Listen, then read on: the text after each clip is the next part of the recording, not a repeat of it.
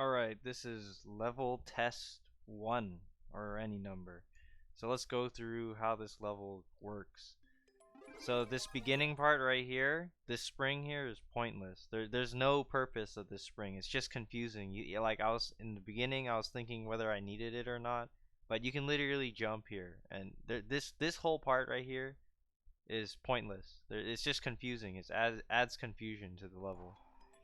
Now, this yellow box right here, there's also like no purpose. There's no purpose for this yellow box. I was like so confused on what this yellow box like meant at all, and it just didn't make any sense to me. The second thing is this whole beginning part is like completely confusing. So the Z here is like a function you need to do when you come back, right? And then this whole loop thing, like I think you need to like make this part like these arrows shouldn't be here. Like the arrows should like guide you at the beginning, but the rest is self-explanatory. So like you should remove all these like arrows down here and just keep the arrows on the top so the player knows what to do first, right? Because they'll understand they can't get into this pipe up here at the beginning, right? The player is somewhat smart. So your Z here, I was thinking, oh, do I need a Z jump on this swamp?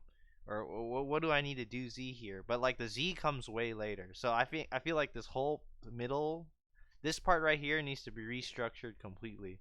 And uh this hang on the wall indicator is fine, but you need to tell the player that this is the first wall they need to go on and jump across. Like there needs to be some indication that this is the first step, because I was like stumped here for like 5 minutes, 10 minutes. How do I do this beginning part? This part is fine. So the issue here is that this mechanic where you like press Z after you jump, like I thought I had a Z jump on the thwomp again, right?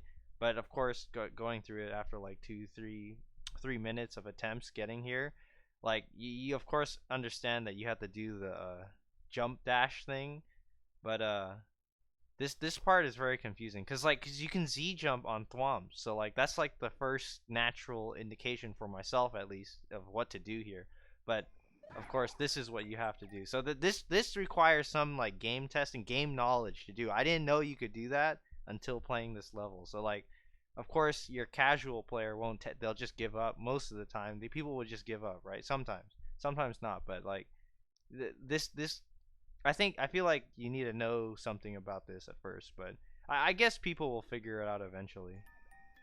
Okay, so this part right here, this wall cling here is there's no point of this. You can just like glide down here. And I feel like this arrow here doesn't make any sense and shouldn't be like exist.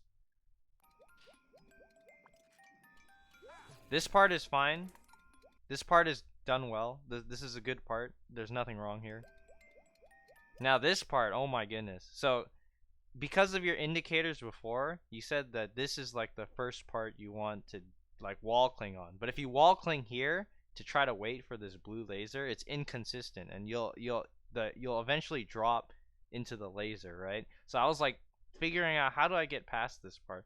But the easier method is to do what I do here, where like you do the bottom first and then I guess that's what this arrow is for, but it's this part is very unclear. Like you need some way to tell the player which part to do first, because the order of operations here is you do this part first, you wall jump here, and then you go here, like I do there.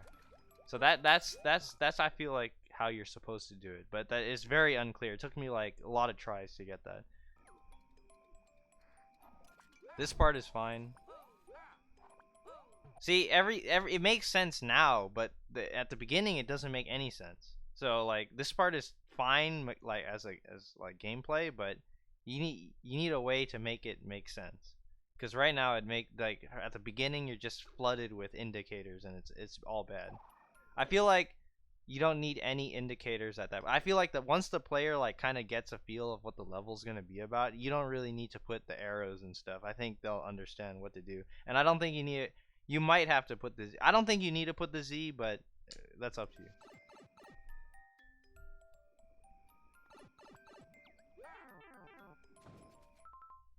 Okay. So everything here is fine actually. I had no problem doing this. Okay, okay, too many arrows. Like so this indicator needs to like disappear. Cause at first time I played through this, I thought you had to like go here and then wall cling here. But like I guess that's why you put so many arrows, but I feel like telling the player to wall jump off this inherently makes it so that they cling on to this part right here. I don't You might not need this because this indicator is the first thing you see, so like the players are going to be like, oh, do I need a wall cling here? But it's just too many things, like indicators happening at once. There's like two colliding commands here. You're telling me I need a wall cling here, but I also need to move forward.